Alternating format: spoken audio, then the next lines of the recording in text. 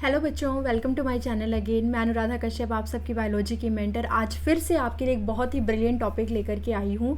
Thumbnail में आपने देख ही लिया होगा कि आज हम मेल रिप्रोडक्टिव सिस्टम की बात करने वाले हैं एंड इसके लिए मैं अपने हैंड रिटन नोट्स आपके लिए लेकर के आई हूँ सो दैट आप उसको ईजिली समझ पाओ। ठीक है, तो मेल रिप्रोडक्टिव सिस्टम की आज हम बात करेंगे। ये आपका ह्यूमन रिप्रोडक्शन चैप्टर से आता है जो कि 12th क्लास के एनसीईआरटी में दिया गया है।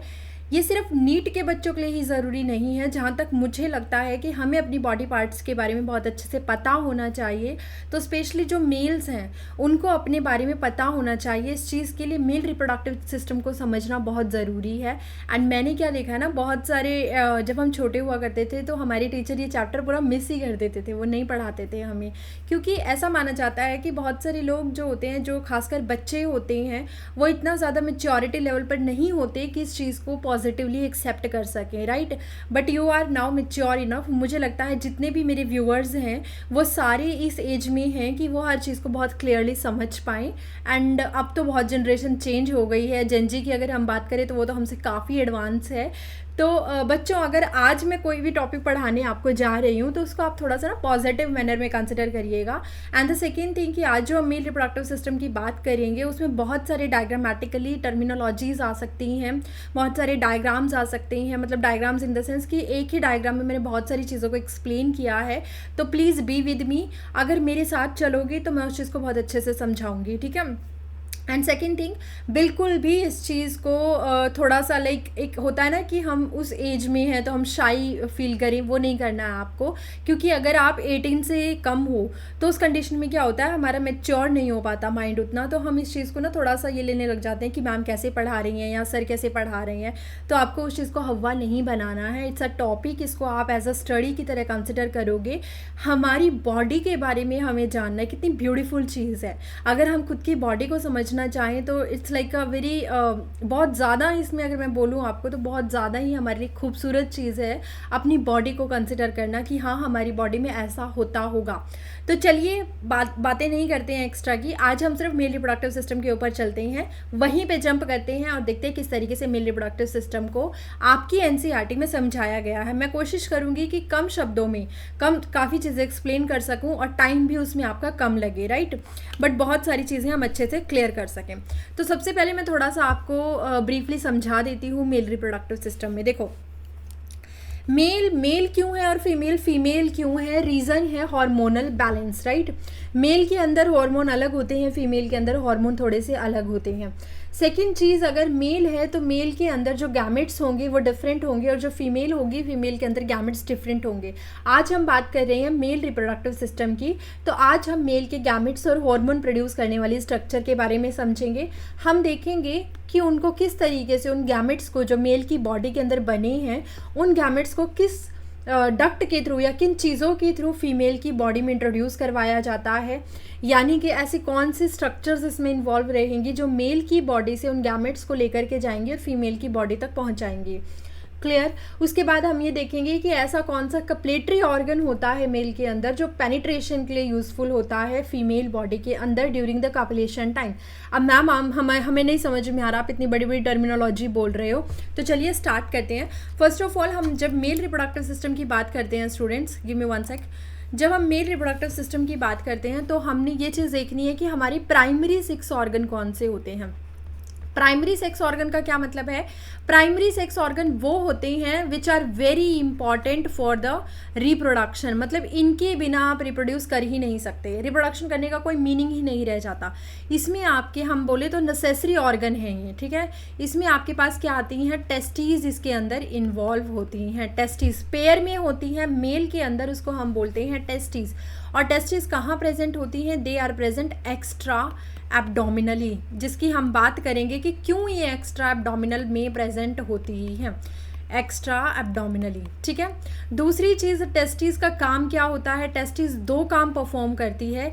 एक परफॉर्म करती है स्पर्मेटोजेनेसिस, इसका मतलब मेल के जो गैमेट्स होते हैं उनको हम स्पर्म बोलते हैं और स्पर्म का प्रोडक्शन इसको बोला जाता है स्पर्मेटोजेनेसिस। और दूसरा क्या होता है? हार्मोन का प्रोडक्शन करवाना। मेल के अंदर एंड्रोजन या फिर हम बोले मेनली टेस्टोस्टेरोन, तो वो क्या होता है? आपका प्रोडक्शन होता है उस हार्मोन का, किसके अंदर? टेस्टिस के अंदर। तो पहला जो नेसेसरी ऑर्गन है दैट इज़ योर टेस्टिस, और इसको हम प्राइमरी सेक्स ऑर्गन भी बोलते हैं। उसके अलावा आपके पास आते हैं secondary sex organ. Secondary sex organ की अगर हम बात करें तो इसमें वो सारे ऑर्गन आएंगे जो इन गैमेट्स को मेल बॉडी से फीमेल की बॉडी के अंदर इंट्रोड्यूस करते हैं, जिसमें हमारे पास आती हैं डक्ट्स। इसमें हमारे पास डक्ट सिस्टम आता है। डक्ट सिस्टम में हमारे पास 3 से 4 डक्ट आती हैं। अकॉर्डिंग टू योर एनसीईआरटी हमारे पास आता है रेटी टेस्टिस सबसे पहली, इनको हम सीरीज़ में ही याद करते हैं स्टूडेंट्स, रेटी टेस्टिस। दूसरी हमारे पास आती है वासा इफ्रेंशिया। वासा इफ्रेंशिया इसलिए मैं बोल रही थी, एक बार थोड़ा सा टर्मिनोलॉजी से आप क्या कहते हैं उसको अवगत हो जाओ, उसके बाद हम आगे बात करेंगे, ठीक है। वासा देखा क्या लिख दिया, वासा इफ्रेंशिया, ठीक है। तो ये हमारी डक्ट होती है वासा इफ्रेंशिया। वासा इफ्रेंशिया, एक होती है डिफरेंशिया और एक होती है इफ्रेंशिया। वासा डिफरेंशिया और वासा इफ्रेंशिया। तो पहले आती है इफ्रेंशिया। उसके बाद थर्ड हमारे पास आएगी जिसको हम बोलते हैं एपिडिडाइमस। एपिडिडाइमस ये एक ऐसी डक्ट होती है जो पोस्टीरियरली कवर करती है टेस्टिस को। और फाइनली आपके पास आती है in a pair vasa deferentia. Vasa deferentia, ठीक है। तो ये तो थी हमारे पास वो डक्ट जो इन्वॉल्व होती हैं गैमेट्स को वन प्लेस से दूसरे प्लेस पे ट्रांसफ़र करने के लिए। इसके बाद डक्ट्स के बाद क्या आता है, let me change the colour first. I think आपको पिंक विजिबल तो होगा ना बच्चों, नहीं होगा तो आप एक बार मुझे कमेंट सेक्शन में बता देना ताकि मैं नेक्स्ट टाइम से ये कलर यूज़ ना करूँ, है ना। तो चलिए अभी से नहीं करते हैं। डक्ट्स के बाद हमारे पास क्या आती हैं, कुछ ग्लैंड्स आती हैं। ये भी सेकेंडरी सेक्स ऑर्गन होता है। ग्लैंड्स की अगर हम बात करें तो ग्लैंड्स में हमारे पास 3 ग्लैंड्स आती हैं, मेनली 3 ग्लैंड्स आती हैं, बट उनका नंबर वेरी करता है। जैसे फर्स्ट ऑफ ऑल हमारे पास आती है seminal vesicle. Seminal vesicle gland आती है जो कितनी होती है मेल के अंदर, 2 होती हैं। उसके बाद दूसरे नंबर की ग्लैंड आती है जिसको हम बोलते हैं प्रोस्टेट ग्लैंड। Prostate gland. आज मेरा मेन मोटिव जो है इन सारी चीज़ों की लोकेशन के बारे में बताना है। एंड प्रोस्टेट ग्लैंड कितनी होती है, 1 होती है। उसके बाद फाइनली हमारे पास आती है कोपर्स ग्लैंड, जिसको हम और क्या बोल सकते हैं, we can call it as bulbo urethral gland, है ना अच्छा नाम, बल्बो, हाँ जी बॉयज़, बल्बो यूरिथ्रल ग्लैंड, ठीक है, ध्यान से समझ लेना। तो मैंने क्या चीज़ें बताई आपको, primary sex organ and the secondary sex organ. Primary sex organ are those organ which are necessary for the spermatogenesis or we can say for the hormone production. This is your primary sex organ. And the secondary organ are those organ which help in the movement of the gamete or we can say of the sperm from one place to another place. Even there is also some glands are also present which help in the lubrication or we can say in the secretion for the semen, secretion for the gametes. Like अगर आपको mail की body से gametes को release करवाना है तो उस condition में सीमन प्रोड्यूस होता है। इन सारी ग्लैंड के सिक्रीशन को आप सीमन बोलते हो, ठीक है। मेरी बात ध्यान से सुनना। डक्ट्स जो थे वो क्या है, ट्रांसपोर्ट करने के लिए। रेटी टेस्टिस कितनी होती है नंबर में, बहुत सारी, इनका कोई नंबर नहीं होता। वासा इफ्रेंशिया का नंबर अगर देखा जाए तो ये 10 to 12 इन नंबर होती हैं। एंड एपिडिडाइमस जो होती है ये आपके पोस्टीरियर सरफेस को कवर करती है। मैं एक टेस्टिस की बात कर रही हूँ, पेयर में टेस्टिस हैं, तो जब हम एक टेस्टिस की बात कर रहे हैं उसके रिस्पेक्ट में मैं आपको बता रही हूँ, ठीक है। तो वासा इफ्रेंशिया 10 to 12 होती हैं। एपिडिडाइमस एक टेस्टिस के पास एक होती है और वासा डिफरेंशिया एक टेस्टिस के पास एक होती है, लेकिन दोनों के पास पेयर में होगी। इसी तरह एपिडिडाइमस भी क्या होगी, पेयर में होगी, ठीक है। तो ये चीज़ समझ में आई। अब ग्लैंड्स हैं, ग्लैंड्स का काम क्या होता है, ग्लैंड्स वो होती हैं जो कुछ सिक्रीट करती हैं। देखो जब हम बात करते हैं कपलेशन की, कपलेशन का मतलब होता है कि मेल और फीमेल का फिजिकल इंटीमेशन, एक तरीके की मेटिंग जिसमें मेल और फीमेल क्लोज आते हैं and there is a physical relationship between them, right. तो उस टाइम पे क्या होता है, मेल जो होता है वो अपना जिसको हम बेसिकली कपलेटरी ऑर्गन पेनिस बोलते हैं, पीनस भी बोलते हैं, तो उसका क्या करता है, यूज़ करता है और फीमेल की बॉडी में पेनिट्रेट करता है इनसाइड द वेजाइना। इस कंडीशन को हम कपलेशन बोलते हैं। But during the copulation it becomes very important कि जो मेल का रिप्रोडक्टिव ऑर्गन है और जो मेल का पेनिस है वो फीमेल की बॉडी में जब जाए, फीमेल की बॉडी में जब एंट्री करे, पेनिट्रेशन करे, तो उस टाइम पे किसी भी तरीके से फ्रिक्शन नहीं होना चाहिए। वहाँ पे ड्यूरिंग द रबिंग किसी भी तरह का फ्रिक्शन नहीं होना चाहिए। इस फ्रिक्शन को रोकने के लिए जो मेल का पेनिस होता है उसको लुब्रिकेट कर दिया जाता है, और जो मेल जो होता है जब वो during the excitement, at the peak of their excitement, वो क्या करते हैं, सीमन रिलीज आउट करते हैं।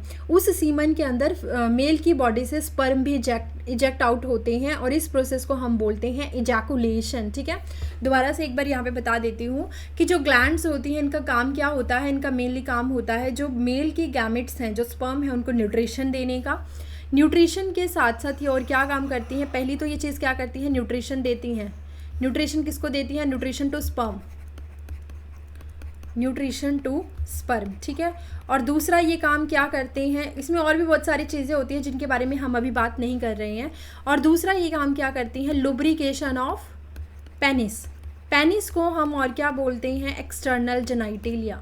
लुब्रिकेशन ऑफ पीनस या पेनिस और एक्सटर्नल जेनाइटेलिया। ठीक है, एक्सटर्नल जेनाइटेलिया। तो होता क्या है जेनाइटेलिया, जब मेल पेनिट्रेट करता है, मेल जो होता है वो पीनस को पेनिट्रेट करता है, पीनस को पेनिट्रेट करता है, penis penetrate inside the what, inside the female body, inside female body. Female की बॉडी का कौन सा पार्ट, इनसाइड फीमेल वेजाइना। तो उस टाइम पर during the rubbing, during the intercourse, rubbing को प्रोटेक्ट करने के लिए जो ग्लैंड्स होती हैं वो सिक्रीट करती हैं सिक्रीशन, और जो स्पर्म होगा, मेल का जो स्पर्म होगा, स्पर्म, वो किसके साथ, इन ग्लैंड्स के सिक्रीशन के साथ, ग्लैंड्स के सिक्रीशन के साथ फीमेल की बॉडी में डाल दिया जाएगा, फीमेल की बॉडी में इंट्रोड्यूस करवा दिया जाएगा। इस चीज़ को हम बोलते हैं इनसाइड द फीमेल वेजाइना, इसको हम बोलते हैं इजैकुलेशन। बेसिकली एक टर्म अगर मैं इस तरीके से एक्सप्लेन करूं, तो जब मेल अपनी बॉडी से बहुत सारा सीमन या फिर हम बोल सकते हैं सेमिनल प्लाज्मा प्लस स्पर्म को क्या करता है, आउट करता है, इजैकुलेट करता है या फिर रिजेक्ट आउट करता है, इस कंडीशन को हम बोलते हैं इजैकुलेशन। और जब यही ejaculation inside the female body होता है वाया मेल, तो हम इसको बोलते हैं इंसेमिनेशन। ठीक है, तो ये चीज़ समझ में आई होगी। तो मेल ने क्या किया, इजैकुलेट किया इनसाइड द फीमेल बॉडी, और इस चीज़ को हम बोलते हैं इंसेमिनेशन, इंसेमिनेशन। वैसे मेरा आज का मेन मोटिव ये नहीं था, मुझे सिर्फ ये समझाना था कि प्राइमरी सेक्स ऑर्गन क्या होते हैं और सेकेंडरी सेक्स ऑर्गन क्या होते हैं, राइट। इसके अलावा सेकेंडरी सेक्स ऑर्गन में एक और इम्पॉर्टेंट चीज़ आती है बच्चों, and that is your external genitalia.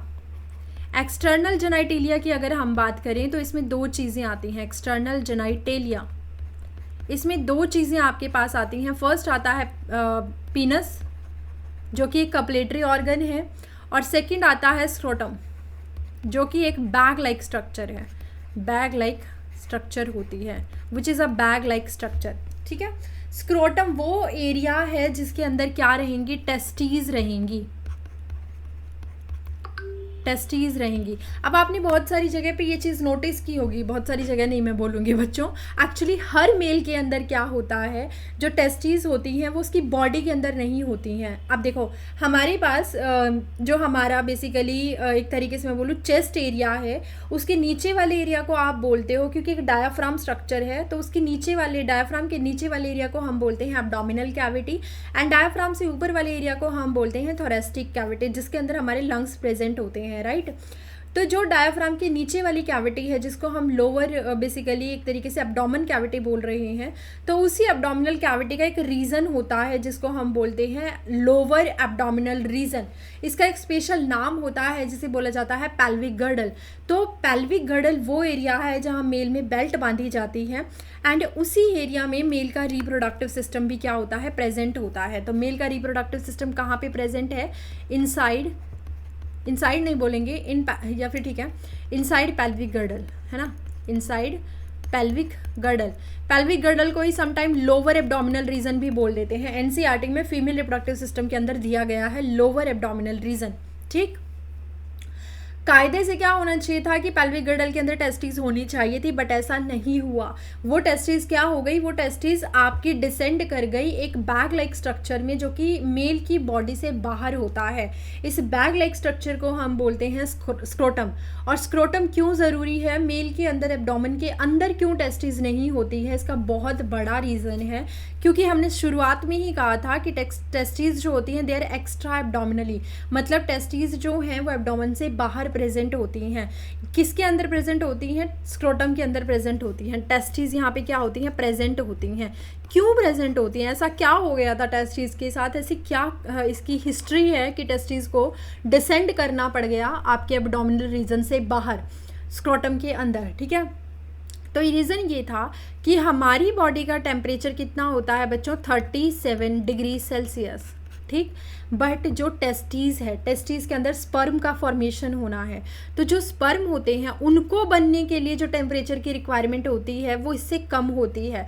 तो टेस्टिस जब स्क्रोटम के अंदर प्रेजेंट होती है, तो स्क्रोटम क्या करता है, वो एक ऐसा बैग है जिसके अंदर जब टेस्टिस प्रेजेंट होती है तो वो हमारी बॉडी के टेम्परेचर से 2 से 2.5 डिग्री सेल्सियस कम टेम्परेचर अपने अंदर रखता है, जिसकी वजह से जो टेस्टिस होती हैं, टेस्टिस का क्या हो जाता है, टेस्टिस का टेम्परेचर डाउन हो जाता है, which is requirement for the spermatogenesis.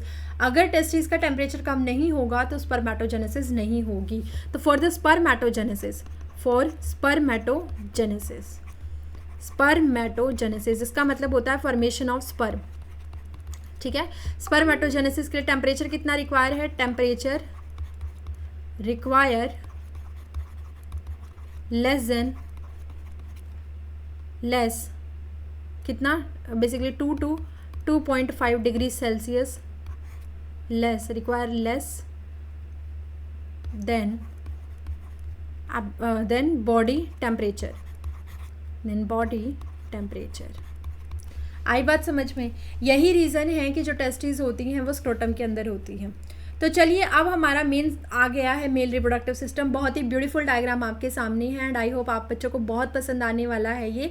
इसको मैं हाईलाइटेड वे में समझाऊंगी और बहुत सारी चीज़ें हैं जो इसमें आपको एक बार में समझ नहीं आएंगी, उनके लिए मैं अलग से वीडियो बनाऊंगी। जैसे कुछ चीज़ें हमारे पास डिटेल में रहेंगी, ठीक है, तो अभी के लिए मैं सिर्फ उनको समझाऊंगी। वीडियोज़ हम उनकी नेक्स्ट वीडियो में लेकर के आएंगे, या जो भी कंटेंट है वो हम नेक्स्ट वीडियो में लाएंगे। तो चलिए देखिए, सबसे पहले होता क्या है, यहाँ से शुरू करते हैं male reproductive system. Male reproductive system की जब हम बात करते हैं तो यहाँ पे प्राइमरी सेक्स ऑर्गन होता है जिसको हम बोलते हैं टेस्टिस। पेयर में है तो टेस्टिस बोलेंगे। उसके अलावा ये टेस्टिस क्या करती हैं, टेस्टिस ही अभी मैंने आपको बताया स्पर्म का फॉर्मेशन करती हैं और हार्मोन का प्रोडक्शन करती हैं। उसके अलावा हमने बात की एक्सेसरी रिप्रोडक्टिव डक्ट की, जिसमें आपकी एनसीईआरटी में मेंशन है रेटी टेस्टिस, वासा इफ्रेंशिया, एपिडिडाइमस और वासा डिफरेंशिया, एंड आगे आती है ejaculatory duct and finally there is urinogenital duct. ठीक, बताती हूँ क्या होता है। एंड एक होती है ट्यूबुलाई रेक्टाई जो आपकी एनसीईआरटी में मेंशन नहीं है, तो you can skip it also. Accessory reproductive glands, कुछ ग्लैंड्स भी इसमें इन्वॉल्व होती हैं, जिसमें दो आती हैं सैमिनल वेसिकल, छोटी ग्लैंड्स होती हैं सैमिनल वेसिकल, एक आती है प्रोस्टेट ग्लैंड और एक आती है कॉपर, और दो आती हैं कॉपर्स ग्लैंड जिसको हम बल्बो यूरिथ्रल ग्लैंड भी बोलते हैं। एक्सटर्नल जेनाइटेलिया में पेनिस आ जाता है और एक एक्सटर्नल स्ट्रक्चर की अगर हम बात करें तो उसमें स्क्रोटम आ जाता है। ठीक, अब देखो मैंने आपको कहा था कि जो मेल होते हैं, जो ह्यूमन होते हैं, हमारी बॉडी के अंदर ह्यूमन मेल के अंदर क्या होता है, टेस्टिस कभी भी पूरे टाइम के लिए एब्डोमेन के अंदर नहीं रहती। जब मान लीजिए कोई भी मान लीजिए मोनू था, ठीक है, वो जब अपनी मदर के वॉम्ब के अंदर था, जब उनकी माताजी प्रेग्नेंट थी तो उस टाइम पर वो अपनी मदर के वॉम्ब के अंदर था, और जब उनकी माताजी को 7th मंथ लगा हुआ था तो उस टाइम पर जो आपका मोनू था, मोनू के अंदर टेस्टिस बन गई होंगी, और वो टेस्टिस अभी तक कहाँ पर थी, वो टेस्टिस मोनू के अंदर, उसके एब्डोमेन के अंदर थी। लेकिन जैसे ही उनकी मदर को, मोनू की मदर को 7th मंथ क्रॉस हुआ तो वैसे ही मोनू की बॉडी के अंदर जो टेस्टिस थी वो कहाँ डिसेंड कर गई, वो एब्डोमेन से बाहर आ गई और इस बैग लाइक स्ट्रक्चर में डिसेंड कर गई। इसका मतलब नीचे आ गई। इसका मतलब ये है कि परमानेंटली वो कहाँ पर नहीं रही, एब्डोमेन के अंदर अंदर नहीं रही। ठीक है, तो ये तो थी हमारे मेल की कहानी, मोनो की कहानी। लेकिन बहुत सारी चीज़ें, बहुत सारे ऐसे ऑर्गेनिज्म होते हैं जिनमें जो टेस्टिस है या तो वो परमानेंटली कहाँ रहती हैं, एब्डोमेन के अंदर ही रहती हैं, या फिर जब ब्रीडिंग सीजन होता है वो सिर्फ तभी डिसेंड करती हैं स्क्रोटम के अंदर और वापस वो कहाँ चली जाती हैं, एब्डोमेन के अंदर। तो यहाँ पे लिखा हुआ है कि चाहे लॉयन हो, चाहे बुल हो, चाहे हॉर्स हो, इन सब के अंदर testis remain permanently in scrotum as in man. जैसे हमारे मोनो के अंदर 7th मंथ पे क्या हुआ था, डिसेंड कर गई थी टेस्टिस और पूरी ज़िंदगी के लिए वो कहाँ रहेगी, वो एब्डोमेन से बाहर रहेगी। इसी तरह से लॉयन, बुल और हॉर्स के अंदर भी टेस्टिस कहाँ आ जाती हैं, परमानेंटली बॉडी से बाहर आ जाती हैं, या हम कह सकते हैं एक्स्ट्रा एब्डोमिनल आ जाते हैं। लेकिन कुछ ऐसे भी ऑर्गेनिज्म होते हैं जैसे बैट हो गई, रोडेंशिया जिसमें चूहे वगैरह आ जाते हैं आपके, इंसेक्टिवोरा जिसमें इंसेक्टा क्लास आ जाती है, उसके अंदर टेस्टिस क्या रहती है, descend into scrotum during the breeding season. उनको जब सिर्फ मेटिंग करनी होती है उसी टाइम पर इनकी बॉडी से जो टेस्टिस होती हैं वो डिसेंड करती हैं। अदरवाइज इनकी बॉडी में टेस्टिस हमेशा कहाँ रहती हैं, एब्डोमेन के अंदर रहती हैं।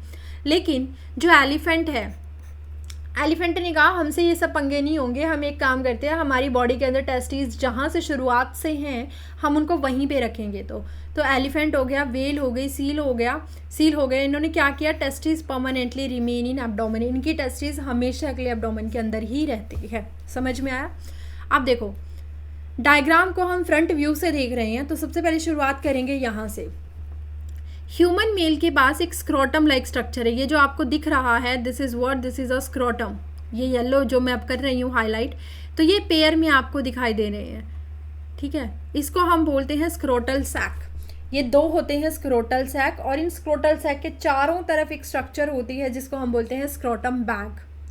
स्क्रोटम सैक अंदर होते हैं, स्क्रोटम बैग बाहर होता है, पाउच लाइक स्ट्रक्चर। बाहर से देखने पे लगता है कि पूरा स्क्रोटम एक ही है, लेकिन उसको अगर ध्यान से देखोगे तो उसके सेंटर में एक लाइन निकल रही होती है जिसको हम सेप्टा बोलते हैं। उससे समझ में आता है कि इसके अंदर दो कंपार्टमेंट है जिनको हम स्क्रोटम सैक बोलते हैं। ठीक है, तो अगर मैं स्क्रोटम की बात करूं और स्क्रोटम बैग की बात करूं, जो बाहर है, स्क्रोटम बैग के ऊपर हेयर्स होते हैं, मेल के अंदर स्क्रोटम बैग के ऊपर हेयर्स होते हैं, लेकिन उसके अंदर जो स्क्रोटल पाउच हैं, जो स्क्रोटल सैक हैं, वो अंदर प्रेजेंट है। ठीक है, अब उन स्क्रोटल सैक से ये है आपके पास, बेसिकली मैंने इसको स्क्रोटम दिखा दिया है but it is not scrotum. इसके बाहर एक और स्ट्रक्चर होगी जिसको हम स्क्रोटम बैग लाइक स्ट्रक्चर बोलते हैं। स्क्रोटम होता कैसा है, it is a pigmented sac like, and ये एक थर्मो रेगुलेटर होता है। थर्मो रेगुलेटर मैंने आपको क्या कहा था कि जो टेस्टिस होती हैं वो कभी भी एब्डोमेन के अंदर नहीं रहती। रीज़न क्या था, हमारी बॉडी का टेम्परेचर 37 है, लेकिन जो टेस्टिस होती हैं उनको थोड़ा सा कम टेम्परेचर रिक्वायर होता है। तो इसीलिए क्या होता है, जो आपका स्क्रोटम होता है वो थर्मो रेगुलेटर की तरह काम करता है। इट हैव सम मसल्स जिसको हम बोलते हैं क्रीमास्टर मसल्स, और वी कैन से डार्टोज मसल। दो तरह की मसल्स होती हैं। इन मसल्स के कॉन्ट्रैक्शन और रिलैक्सेशन की वजह से स्क्रोटम कभी कभी, स्क्रोटल पाउच कभी कभी तो बॉडी के पास आ जाते हैं, एब्डोमिनल कैविटी के पास आ जाते हैं, और कभी कभी वो एब्डोमिनल कैविटी से दूर चले जाते हैं। डिपेंड करता है बाहर का टेम्परेचर कैसा है, ताकि जो टेस्टिस हैं उनका टेम्परेचर कंट्रोल किया जा सके। वो हमेशा इतना रह सके कि बॉडी के टेम्परेचर से 2 से 2.5 डिग्री सेल्सियस कम रहे और स्पर्मेटोजेनेसिस होती रहे। अगर कंडीशन ऐसी हो गई कि टेम्परेचर चेंज हो गया तो स्पर्मेटोजेनेसिस रुक जाएगी। ठीक है, तो हुआ क्या, स्क्रोटम था, ये पिगमेंटेड होता है, सबके कलर अलग अलग हो सकते हैं, सैक होते हैं, थर्मो रेगुलेशन का काम करते हैं। इसके पास दो तरह की मसल्स होते हैं, one is your dartos muscle and the second one is your cremaster muscles. Dartos muscles क्या होती हैं, स्मूथ मसल्स होती हैं। स्मूथ मसल वो होती हैं which are involuntary in nature. बच्चों, जो तुम्हारे मर्जी के बिना काम करती हैं, तुम उनको बोलोगे कि हाँ ये करो, जैसे मैं अपनी टंग हिला रही हूँ, ये मेरी मर्जी के अकॉर्डिंग हिल रही है ना, जैसे आपकी बहुत सारे बच्चों की जुबान बहुत चलती है, तो वो तुम्हारी मर्जी से चलती है। लेकिन अगर तुम बोलो कि तुम्हारे इंटेस्टाइन अपनी मर्जी से कॉन्ट्रैक्ट करने लग जाए, अपनी मर्जी से पैरास्टालिसिस करने लग जाए, तो क्या वो पॉसिबल होगा? नहीं होगा। क्यों? क्योंकि वहाँ पे स्मूथ मसल्स होंगी। सेम यहाँ पे होता है, डार्टोज मसल जो होती हैं उनमें स्मूथ मसल्स होती हैं, एंड ये हमारी मर्जी के बिना काम करती हैं। इसमें क्या होता है, जब बेसिकली विंटर सीज़न आता है, विंटर सीज़न के टाइम पे डार्टोज मसल क्या करती हैं, कॉन्ट्रैक्ट कर जाती हैं, जिसकी वजह से क्या होता है, टेस्टिस जो होगी वो एब्डोमिनल कैविटी के पास आ जाएगी ताकि टेम्परेचर थोड़ा गर्म रख सके, है ना, क्योंकि बाहर क्या है, विंटर है। और जैसे ही समर का सीज़न आया वैसे ही टार्टोज मसल रिलैक्स कर जाएंगी, क्योंकि बाहर ऑलरेडी गर्मी है तो तुम्हें टेम्परेचर ठंडा करना है, तो तुम अपनी बॉडी से दूर जाना चाहते हो, तो उस कंडीशन में वो रिलैक्स कर जाएंगी और टेस्टीज कहाँ आ जाएंगी, मूव अवे, वो दूर चली जाएंगी। कुछ ऐसा ही क्रीमेस्टर मसल्स के साथ भी होता है, ये भी एलिवेशन ऑफ टेस्टीज के लिए रिस्पॉन्सिबल होते हैं। ठीक है, अब इन बैग लाइक स्ट्रक्चर के अंदर चलो। जब हम इनके अंदर गए तो हमने देखा एक स्ट्रक्चर प्रेजेंट है जो कि ओवल इन शेप है। ये जो मैं अब हाईलाइट कर रही हूँ, ये पेयर में स्ट्रक्चर प्रेजेंट है जिसको हम बोलते हैं testis. This is the structure जिसको हम बोलते हैं टेस्टिस। तो टेस्टिस के बारे में अगर देखोगे तो टेस्टिस आपकी क्या होती हैं, कहीं भी शायद मैंने लिख रखा हो, चलो मैं दिखाती हूँ आपको। ओके, टेस्टिस के बारे में मैंने वैसे अलग से समझाया है, तो टेस्टिस की एक दो चीज़ें मैं आपके लिए लिख देती हूँ ताकि आपको समझ में आ जाए। यहाँ लिखते हैं, हाँ जी। तो देखो टेस्टीज क्या होती है, ये जो गोल गोल सी मैंने बना रखी है इनकी बात हो रही है, ओवल बेसिकली बोल सकते हो। तो टेस्टीज सिंगल लिखेंगे तो आई लगाएंगे, डबल लिखेंगे, पेयर में लिखेंगे तो ई लगाएंगे। ठीक है, तो टेस्टीज की बात करें तो ये कुछ ऐसे शेप में होती हैं, ओवल शेप में होती हैं। ओके, इसकी जो लेंथ होती है वो 4 to 5 सेंटीमीटर होती है, जो इसकी विड्थ होती है that is 2 to 3 centimetre. On an average ये 10 to 15 ग्राम की होती है। ठीक है, तो यहाँ पे दिस इज़ द टेस्टिस। अब ये टेस्टिस इस स्क्रोटल बैग के साथ मैंने अटैच दिखा रखी है। इस स्ट्रक्चर को हम बोलते हैं गैबर्नाकुलम। ये स्ट्रक्चर बोली जाती है गैबर्नाकुलम। ये कुशन होता है, पैड लाइक स्ट्रक्चर होती है, जिसका काम क्या होता है, स्क्रोटल वॉल के साथ टेस्टिस को अटैच करके रखना। This is your gubernaculum. तो यहाँ पे यही चीज़ मैंने बताई है। Let me choose the colour first, थोड़ा चेंज करते हैं ना। ठीक है, तो ये है आपका गैबर्नाकुलम, समझ में आ गया। इसका काम क्या होता है, फाइब्रस कॉर्ड होती है, ये रही ब्लू कलर में जो बना रखी है, फाइब्रस कॉर्ड होती है। It is present on the dorsal walls of scrotum for the attachment. Clear. अब आ जाओ टेस्टीज पे। टेस्टीज को अगर ध्यान से देखोगे बच्चों, तो टेस्टीज को मैंने इस तरीके से कंपार्टमेंट में डिवाइड कर रखा है ना। ये देखो, ये कंपार्टमेंट बने हुए हैं, तो इन कंपार्टमेंट का होना ज़रूरी है। किसी भी टेस्टीज के अंदर क्या होते हैं, इस तरीके से कंपार्टमेंट बने हुए होते हैं। इनको हम बोलते हैं टेस्टिक्यूलर लोब्यूल। ये नंबर में कितने होते हैं, 200 से 300 तक हो सकते हैं, या 200 से 250 भी हो सकते हैं, टेस्टिक्यूलर लोब्यूल। और इन टेस्टिक्यूलर लोब्यूल के अंदर आपको हाईली कॉइल्ड स्ट्रक्चर देखने को मिलेगी, जिसको हम बोलते हैं seminiferous tubule. This is known as seminiferous tubule. एक ट्यूब्यूल के अंदर या फिर एक टेस्टिकुलर लोब्यूल के अंदर कम से कम एक या फिर ज़्यादा से ज़्यादा 3 इतनी ही सेमिनिफेरस ट्यूब्यूल हो सकती हैं। इससे ना तो ज़्यादा, 3 से ज़्यादा नहीं होंगी, 1 से कम नहीं हो सकती। ठीक है, तो ये सेमिनिफेरस ट्यूब्यूल है। अब ये चीज़ मैंने लिखी हुई है, सेमिनिफेरस ट्यूब्यूल क्यों होती है ज़रूरी, हमने तब से बोल रहे हैं कि जो टेस्टीज़ हैं that is responsible for spermatogenesis. तो बेसिकली टेस्टीज़ के अंदर भी जो ये वाली साइट है जो आपको दिख रही है, ये वाली जो मैंने हाईली कॉल्ड दिखा रखी है, इसको हम बोलते हैं seminiferous tubule, and this is responsible for the formation of sperm. ठीक है, तो ये हो गई आपकी सेमिनिफेरस ट्यूब्यूल, जिसको हमने बाद में हाईलाइटेड करके बताया हुआ है, जिसको टेस्टीज वाली वीडियो में मैं आपको समझाऊंगी। ठीक है, तो टेस्टीज मैंने अंदर से अभी नहीं दिखाई है, मेरा सिर्फ कहने का मतलब ये है कि मैं पूरा रिप्रोडक्टिव सिस्टम दिखा रही हूँ। तो उसमें क्या है, एक स्क्रोटम है जिसके अंदर टेस्टीज का पेयर रखा हुआ है, और गैबर्नाकुलम है जिसके थ्रू ये अटैच है, एंड देयर इज़ लोब्यूल जिसको हम बोलते हैं टेस्टिक्यूलर लोब्यूल, जिनका नंबर कितना हो सकता है, 200 से 250 हो सकता है, या 250 से 300। और उनके अंदर प्रेजेंट होती है आपकी highly called seminiferous tubule, which is the site for the synthesis of sperm, or we can say for the spermatogenesis seminiferous tubule is responsible. Clear? उसके बाद ये सेमिनिफेरस ट्यूब्यूल जो हैं ओपन होंगी एक स्ट्रक्चर में, ओपन होंगी एक बहुत ही स्ट्रेट स्ट्रक्चर में, जिसको हम बोलते हैं ट्यूबुलाई रेक्टाई। और ये ट्यूबुलाई रेक्टाई फिर ओपन होती है, दिस इज ट्यूबुलाई रेक्टाई। ये जो है, ये स्ट्रेट स्ट्रक्चर को ट्यूबुलाई रेक्टाई बोला जाता है। फिर ये जो आपको सामने से कट करके दिखा रखी हैं सर्कुलर फॉर्म में, ये हैं आपकी रेटी टेस्टिस। अब ये रेटी टेस्टिस बाद में जुड़ेंगे जाकर के 10 to 15 वासाई फ्रेंशिया से, और यही वासाई फ्रेंशिया बाद में जाकर के जुड़ेगी इस स्ट्रक्चर से, जिसको हम बोलते हैं एपिडिडाइमस। तो ये सीरीज़ मैंने आपको याद करने के लिए कहा था। सबसे पहले थी ट्यूबुलाई रेक्टाई, देन थी रेटी टेस्टिस, और फिर थी वासाई फ्रेंशिया, फिर एपिडिडाइमस। ठीक है, तो सेम चीज़ हुई। अब यहाँ से ये एपिडिडाइमस पोस्टीरियर सरफेस को कवर कर रही है आपके पास आपकी टेस्टीज़ को। अब यहाँ से आपकी स्टार्ट होती है epididymis, this is the duct जो आपकी रिस्पॉन्सिबल है आपके स्पर्म को लेकर के जाने के लिए, इसको हम बोलते हैं टेस्टिस। टेस्टिस को ध्यान से देखना, टेस्टिस आपकी पहले हम कहाँ थे, हम स्क्रोटल पाउच में थे जो कि कैसे थे, एक्स्ट्रा एब्डोमिनल थे, लेकिन टेस्टिस जो है ना वासा डिफरेंशिया जो है ना, ये आपकी वापस कहाँ जाती है, वासा डिफरेंशिया आपकी वापस जाएगी एब्डोमिनल रीजन के अंदर। कहाँ से होती हुई, यहाँ पर एक कैनाल होती है जिसको हम बोलते हैं इंग्वाइनल कैनाल। उस इंग्वाइनल, जैसे suppose this is a canal, इस इंग्वाइनल कैनाल में से वासा डिफरेंशिया कहाँ से आ रही है, नीचे से आ रही है, नीचे से कहाँ, स्क्रोटल पाउच से ऊपर निकल जाएगी। इसको हम बोलते हैं कि अब कौन से रीजन में आ गई है, वासा डिफरेंशिया आ गई है आपके पास एब्डोमिनल रीजन में।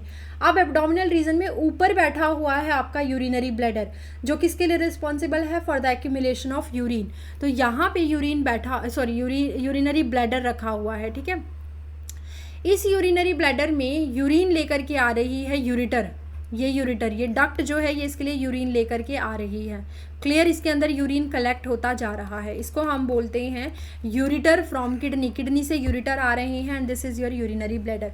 अब जो वासा डिफरेंशिया वापस एब्डोमेन के अंदर गई थी, मैंने लाइन अप भी कर रखा है, एक्स्ट्रा एब्डोमिनल कौन सा है, नीचे वाला, और इंट्रा एब्डोमिनल कौन सा है, ऊपर वाला। तो जो वासा डिफरेंशिया वापस ऊपर चली गई है, उसने कहा कि मेरे पास अब जब मैं ऊपर आ रही हूँ तो ऊपर आते आते यहाँ से यूरिटर जा रहा है, तो मैं क्या करूँ, क्या मैं यूरिटर के साइड से निकल जाऊँ या फिर मैं यूरिटर को क्रॉस करके ऊपर से निकलूँ, यूरिटर को मैं लूप करके ऊपर से निकलूँ। तो एनसीईआरटी में एक बहुत ही छुपा कर के वर्ड दे दिया गया है कि जो वासा डिफरेंशिया होती है वो हमेशा लूप करके जाती है आपके यूरिटर को, है ना, यूरिटर को हमेशा ऊपर से लूप करके जाएगी और आगे निकल जाएगी। यहाँ पे देखो डायग्राम में यूरिटर हमेशा लूप करके यूरिटर को वासा डिफरेंशिया हमेशा यहाँ से आई, vasa deferentia, this is vasa deferentia, ये आई, इसने यूरिटर को क्या किया, लूप किया और फिर नीचे आई। इसने यूरिटर को क्या किया, यहाँ से आई और इसने यूरिटर को लूप किया और फिर ये नीचे गई और फिर जाकर के ये थोड़ा सा क्या हो गया, इसमें स्वेलिंग पोर्शन हो गया, थोड़ा सा फूल गया। क्यों फूला, इसको हम बोलते हैं एम्पुला ऑफ वास डिफरेंस। क्यों फूला, ताकि जो यहाँ पे स्पर्म हैं जब तक एजैकुलेशन नहीं होगा आप उनको क्या कर सको, स्टोर कर सको। मतलब जब तक मेल की बॉडी से सीमन रिलीज आउट नहीं होगा तब तक स्पर्म को स्टोर करने का काम कौन करता है, एम्पुला करता है।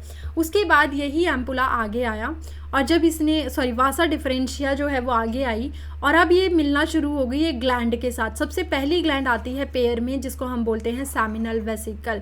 सेमिनल ग्लैंड, सेमिनल वेसिकल होती है, नंबर में 2 होती हैं, एक ये रही एक ये वाली है। और दोनों जब मिली, उसके मिलने के बाद आपको एक छोटी सी डक्ट दिखाई दे रही है, ये वाली। मतलब there is a common duct of vas deferens, यहाँ से आ रही थी, यहाँ से सेमिनल वेसिकल था, तो सेमिनल वेसिकल की डक्ट ये वाली थी। अब ये दोनों की डक्ट मिल गई, जैसे ही मिली इसके बाद की जो डक्ट बनेगी उसको हम बोलते हैं ejaculatory duct, that is known as ejaculatory duct, ठीक है। तो ये देखिए इस छोटी सी डक्ट को मैंने बताया हुआ है ejaculatory duct which is a common duct and यहाँ पर ये सेमिनल वेसिकल और वास डिफरेंस के मिलने से बनती है। इसका काम होता है ट्रांसपोर्ट के लिए, इसकी लेंथ होती है 2 सेंटीमीटर, सीमन को ये सिर्फ ट्रांसपोर्ट करवाती है। अब इसके बाद सेमिनल वेसिकल से जैसे ही हम आगे बढ़े तो हमने देखा कि यूरिनरी ब्लैडर के लिए जो यूरिन था उसको पास आउट करने के लिए एक यूरिथ्रा सेंटर से निकल रहा है, जो मैंने स्काई ब्लू में बनाया है ये यूरिथ्रा सेंटर से निकल रहा है, इसके थ्रू यूरिन पास आउट हो सकता है। लेकिन अभी साथ में ये भी सोचो यहाँ से स्पर्म आ रहे हैं, स्पर्म यहाँ बने, यहाँ से क्रॉस करते करते स्पर्म ऊपर पहुँचे, फिर उन्होंने यूरिटर को लूप किया, किसने, वासा डिफरेंशिया ने, फिर वो सेमिनल वेसिकल ग्लैंड के सिक्रीशन के साथ मिले और इजैकुलेटरी डक्ट बनी और फाइनली उन्होंने अपना सिक्रीशन यूरिथ्रा में ही पोर आउट कर दिया, यूरिथ्रा में ही रिलीज कर दिया, ठीक है। अब यूरिथ्रा के पास आती है सेकंड ग्लैंड जिसको हम बोलते हैं प्रोस्टेट ग्लैंड, जो आपको ब्राउन कलर में दिख रही है। ये दिखने में आपको 2 लग रही होंगी but basically it is 1। Suppose this is your urethra and urethra के पीछे इस तरीके से क्या हो गया है, ये आपकी पूरी प्रोस्टेट ग्लैंड है। अब मुझे खुद बताओ क्या ये 2 है, एक जो लास्ट फिंगर, एक तो थंब वाली साइड और एक लास्ट फिंगर वाली साइड, तो क्या ये 2 है, नहीं, दिस इज़ ओनली 1, बट ये छुप गई है इसलिए आपको 2 दिखाई दे रही हैं। तो यही सेम चीज़ यहाँ पर है, प्रोस्टेट जो है पोस्टीरियर साइड से इसको कवर करती है यूरिथ्रा को, जिसकी वजह से ये 2 दिखाई देती है बट प्रोस्टेट ग्लैंड हमेशा 1 होती है, ठीक। सैमिनल ग्लैंड जो होती है ये ज़्यादातर आपके स्पर्म के मूवमेंट के लिए फ्रक्टोज रिलीज आउट करती है, और जो प्रोस्टेट ग्लैंड होती है ये ज़्यादातर हमारे पास कैल्शियम आयन को रिलीज़ करती है, ठीक है, सिक्रीशन में। उसके बाद वासा डिफरेंशिया आगे गई, यूरिथ्रा जो है वो आगे गया, और उसने एक और ग्लैंड के साथ उसका मिलन हुआ जिसको हम बोलते हैं बल्बो यूरिथ्रल ग्लैंड या फिर कॉपर्स ग्लैंड। सब सीरीज़ में चल रहा है, मैंने पहले ही याद करवा दिया था, सब सीरीज़ में है, राइट। सबसे पहले सैमिनल ग्लैंड आई, सैमिनल वेसिकल, फिर प्रोस्टेट ग्लैंड आई, एंड देन फाइनली आपके पास बल्बो यूरिथ्रल या फिर कॉपर्स ग्लैंड आती हैं।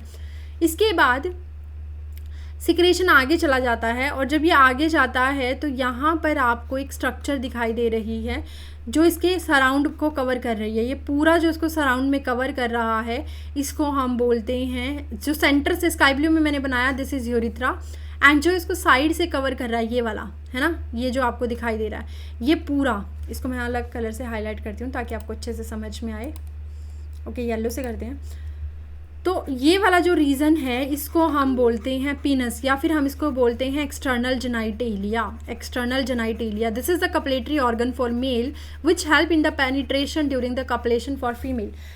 इनसाइड द फीमेल बॉडी क्या होता है, वेजाइनल डक्ट के अंदर, वेजाइनल ट्रैक्ट के अंदर ये जो पेनिस होता है ड्यूरिंग द इंटीमेशन क्या करता है, पेनिट्रेट करता है इन वेजाइनल डक्ट, और जितना भी सिक्रीशन होगा उसकी बॉडी से उसको क्या कर देगा, रिलीज़ आउट कर देगा।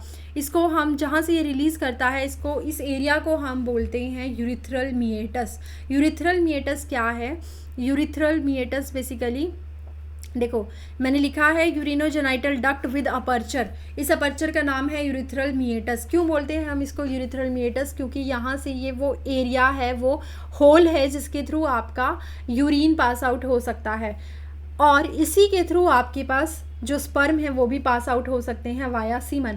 तो मेल की बॉडी से सीमन भी बाहर आ सकता है और मेल की बॉडी से यूरिन भी बाहर आ सकता है, लेकिन दोनों के लिए कॉमन ओपनिंग है जिसको हम बोलते हैं यूरिथ्रल मिएटस। और ऐसी कोई भी डक्ट जो कॉमन ओपनिंग को सपोर्ट करती है, मतलब चाहे वो जेनाइटल रीजन के लिए जेनाइटल चीज़ों को कैरी कर रही हो, जैसे स्पर्म को कैरी कर रही हो, या फिर वो आपके यूरिन को कैरी कर रही हो, तो हम उसको बोलते हैं यूरिनोजेनाइटल डक्ट, ठीक है। अब मेल में ऐसा होता है कि यूरिनोजेनाइटल डक्ट जो होती हैं वो सेम होती है। मेल यूरिन, चाहे उसको यूरिन पास आउट करना हो, चाहे मेल को सीमन पास आउट करना हो, वो आपके पास सेम ओपनिंग से करेगा, लेकिन फीमेल में दोनों ओपनिंग्स अलग होती हैं। फीमेल में यूरिन पास आउट करने के लिए यूरिथ्रल ओपनिंग अलग होती है, और जब उसको गैमेट्स पास आउट करने हो, वैसे तो गैमेट्स पास आउट नहीं करती, बट ड्यूरिंग द इंटरकोर्स जब उसको मेल का जो एक्सटर्नल जेनाइटेलिया है उसको पेनिट्रेशन के लिए रिक्वायरमेंट होती है, तो उस टाइम पर जो ओपनिंग होती है उसको हम बोलते हैं वेजाइनल ऑरिफाइस या फिर वेजाइनल ओपनिंग, जो कि पार्शियली कवर होती है by a membrane which is known as hymen, जो कि बेसिकली एक बहुत ही सॉफ्ट टिश्यू माना गया है हाइमन, ठीक है। तो यहाँ पे मेल के पास ऐसा कोई प्रोसेस नहीं है भाई। जो मोनू है ना, मोनू का जो एक्सटर्नल जेनाइटेलिया है उसमें कॉमन ओपनिंग है, जब उसको यूरिन पास आउट करना होगा तो भी वो वहीं से करेगा, और जब उसको एक्साइटमेंट होगी, जब उसको पेनिट्रेशन करना हो या फिर जब उसको सीमन इजैकुलेट करना हो तब भी वो उसी ओपनिंग से करेगा। लेकिन वो दोनों चीज़ें एक साथ नहीं कर सकता, मोनू दोनों चीज़ें एक साथ नहीं कर सकता। मोनू एक टाइम पर एक ही चीज़ कर सकता है, या तो वो यूरिन पास आउट करेगा या फिर वो एक्साइटमेंट, अगर वो एक्साइटेड है, इफ इज एक्साइटेड, तो इन दैट कंडीशन वो क्या करेगा, सीमन को पास आउट करेगा। लेकिन दोनों चीज़ें अलग अलग टाइम पे ही पास आउट होती हैं, ठीक है। अब यहाँ पर इस यूरिथ्रल ओपनिंग के चारों तरफ, या फिर हम बोले इस एक्सटर्नल जेनाइटेलिया जिसको हम पेनिस बोल रहे हैं, इसके चारों तरफ एक सॉफ्ट स्किन होती है जिसको हम बोलते हैं फोर स्किन। ये स्किन क्या होती है, फोर स्किन एक लूज फोल्ड ऑफ स्किन होता है जो कि रिट्रैक्टेबल है, मतलब कि जिसको आगे पीछे किया जा सकता है। एंड इन सम रिलीजन क्या होता है, इस फोर स्किन को रिलीज़ कर दिया जाता है, फोर स्किन को कट कर दिया जाता है during like in some religion ऐसा होता है कि इस फोर स्किन को कट कर दिया जाए, but it is a retractable fold, it is completely loose fold, जिसको हम क्या कर सकते हैं, अपनी मर्जी के अकॉर्डिंग मेल जो होते हैं वो क्या कर सकते हैं, रिट्रैक्ट कर सकते हैं। अब जो आपका मेल का पोर्शन है, मेल में क्या होता है एक्चुअली मैंने यहाँ पे दिखाया नहीं है, इसमें एक उभरा हुआ पोर्शन रहता है आगे की तरफ। देखिए मैं ऐसे बना देती हूँ आपके लिए थोड़ा सा एक्सटर्नल जेनाइटेलिया, वैसे मैं अलग से समझाऊंगी इस एक्सटर्नल जेनाइटेलिया को भी, बट अभी के लिए समझो होता क्या है। सपोज़ ये यूरिथ्रा था, ठीक है, इसके चारों तरफ बनाएंगे अभी जो स्पॉन्जी टिश्यू है वो हैं, और ये यूरिथ्रा आगे जा कर के इस तरीके से थोड़ा सा क्या हो जाता है, उभर जाता है। और यहाँ पर इसकी ओपनिंग होती है। इस उभरे हुए पार्ट को हम बोलते हैं glans penis, this is known as glans penis. और इस ओपनिंग को हम बोलते हैं बच्चों, this opening is known as urethral meatus, urethral meatus, ठीक है, दिस इज ओपनिंग। और उसके अलावा ये जो है आपका, दिस इज योर यूरिथ्रा। इस यूरिथ्रा के अंदर ग्लैंड्स का सिक्रीशन है और स्पर्म प्रेजेंट होते हैं, और इसी यूरिथ्रा के थ्रू यूरिन भी पास आउट होता है। अब ये यूरिथ्रा चारों तरफ से कवर होता है किससे, एक स्पॉन्जी टिश्यू से। सपोज ये स्पॉन्जी टिश्यू है जो कि रेक्टाइल हो सकता है। जब इसमें एक्साइटमेंट होती है तो ब्लड वेसल्स जो होती है उनमें ब्लड फिल हो जाता है, जिसकी वजह से मेल के अंदर जो पेनिस होता है वो इरेक्ट हो जाता है during the excitation, during the desire, ठीक है, सेक्स ड्राइव। तो उस टाइम पे इसको हम क्या बोलते हैं, इसको हम बोलते हैं basically spongy tissue, corpora cavernosa और कॉर्पोरा स्पॉन्जियोसम, जो कि आपको याद नहीं करना है अभी के लिए। आप सिर्फ इतना समझो, this is a spongy tissue which help in the erection of the penis. Clear. तो यहाँ पे ये यूरिथ्रा है, ये यूरिथ्रल मिएटस है। अब फ्रंट में इसके एक लूज फोल्ड ऑफ स्किन रहता है, जिसको हम क्या बोलते हैं, जिसको हम बोलते हैं four skin, four skin which is retractable, four skin, ठीक है। And this is completely retractable होती है ये। और जो ग्लांस पेनिस होता है, ग्लांस पेनिस के पास प्रीप्यूस ग्लैंड्स भी होती हैं। फोर स्किन को हम प्रीप्यूस बोलते हैं, फोर स्किन को हम प्रीप्यूस बोलते हैं, ठीक है। फोर स्किन को प्रीप्यूस बोला जाता है। और इस प्रीप्यूस के पास कभी कभी जो ग्लांस पेनिस होता है ना, जो ग्लांस पेनिस जो उभरा हुआ पोर्शन है मेल के एक्सटर्नल जेनाइटेलिया का, उसमें समटाइम छोटे छोटे कुछ ग्लैंड्स भी होती हैं जिनको हम प्रीप्यूसुअल ग्लैंड बोलते हैं। और जब सिक्रीशन में प्रीप्यूसुअल ग्लैंड का सिक्रीशन भी आ जाता है तो उसकी वजह से थोड़ा सा जो बेसिकली सीमन होता है उसका जो ऑर्डर होता है वो स्मेली हो जाता है, उसको हम बोलते हैं स्मैग्मा, ठीक है। तब हम उसको बोलते हैं स्मैग्मा। प्रीप्यूसुअल ग्लैंड के सिक्रीशन के एंट्री करने के बाद हम उसको स्मैग्मा बोलते हैं। अब आपके दिमाग में आ रहा होगा, मैम आप तब से बोले जा रहे हो semen semen semen, what is semen. तो सीमन के बारे में समझो क्या होता है। देखो मैंने कहा था ना आपके पास ग्लैंड्स हैं, 3 ग्लैंड हैं, इन तीनों ग्लैंड्स का सिक्रीशन, इन तीनों ग्लैंड के सिक्रीशन को आप क्या बोलोगे मिला करके, seminal plasma. This is known as seminal plasma, ठीक है। और अगर इस सेमिनल प्लाज्मा में जो टेस्टिस से वासा डिफरेंशिया से स्पर्म आ रहे थे वो भी मिल गए तो हम इसको बोलना शुरू कर देते हैं semen. Now this is known as semen, ठीक है, इसको हम बोलते हैं सीमन।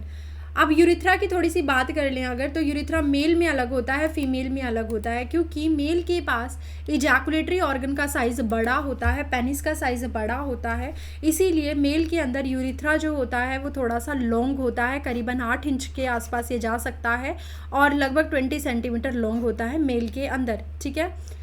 बट जो मेल होता है, इसमें एक चीज़ और याद रखोगे कि मेल में ये दोनों चीज़ों को कैरी करता है, चाहे वो यूरिन हो चाहे वो सीमन हो, ये दोनों ही चीज़ों को कैरी करता है। मेल में क्योंकि यूरिथ्रा का साइज़ बड़ा है, लॉन्ग है, इस वजह से मेल के अंदर यूरिनरी ट्रैक्ट इन्फेक्शन बहुत कम होते हैं, क्योंकि ये कंडीशन जब यूरिथ्रा आता है ना, जब यूरिथ्रा के अंदर से यूरिन पास आउट होना हो, या फिर हम बोले सामिनल ग्लैंड का सिक्रेशन या बल्बो यूरिथ्रल का सिक्रेशन या प्रोस्टेट का सिक्रेशन, ये सब जब पास आउट होते हैं तो उसकी वजह से जो यूरिथ्रा है उसकी पीएच मेंटेन होती है थोड़ी सी एल्केलाइन, और जिसकी वजह से कोई भी बैक्टीरिया, कोई भी पैरासाइट वहाँ पे ग्रो नहीं कर पाता। इसीलिए मेल को जो यूरिनरी ट्रैक्ट इन्फेक्शन होते हैं वो कम होते हैं with respect to female. Female में यूरिनरी ट्रैक्ट इन्फेक्शन ज़्यादा होते हैं क्योंकि फीमेल का यूरिथ्रा बहुत छोटा होता है एंड वहाँ की कंडीशन काफ़ी एसिडिक होती है which is very comfortable for the growth of the bacteria. इसीलिए वहाँ पर हम बोलते हैं कि यूरिनरी ट्रैक्ट इन्फेक्शन ज़्यादा होते हैं। मेल के यूरिथ्रा को समटाइम 3 पार्ट में डिवाइड कर दिया जाता है। क्या होगा, जो पार्ट प्रोस्टेट की साइड से आया है, जो आपका प्रोस्टेट के पास वाला यूरिथ्रा है उसको बोलते हो प्रोस्टैटिक यूरिथ्रा। जो आपका बीच का यूरिथ्रा है, जो आपका बेसिकली कॉपर ग्लैंड और प्रोस्टेट के बीच में आता है, उसको हम बोलते हैं membranes urethra. Membranes urethra, prostatic urethra, prostatic proximal यानी कि जो यूरिनरी ब्लैडर के पास है, और मेम्ब्रेनस यूरिथ्रा जो मिडल पार्ट है, और जो पिनाइल यूरिथ्रा जो पेनिस से निकल रहा है, यानी ये वाला यूरिथ्रा जो है this is your phenyl urethra, जो कि दूर है, डिस्टल पार्ट है। It lies inside corpora spongiosum. मैंने शुरू में ही बताया आपको कि कॉर्पोरा स्पॉन्जियोसम होता है और कॉर्पोरा कैवर्नोसा होता है, ठीक है।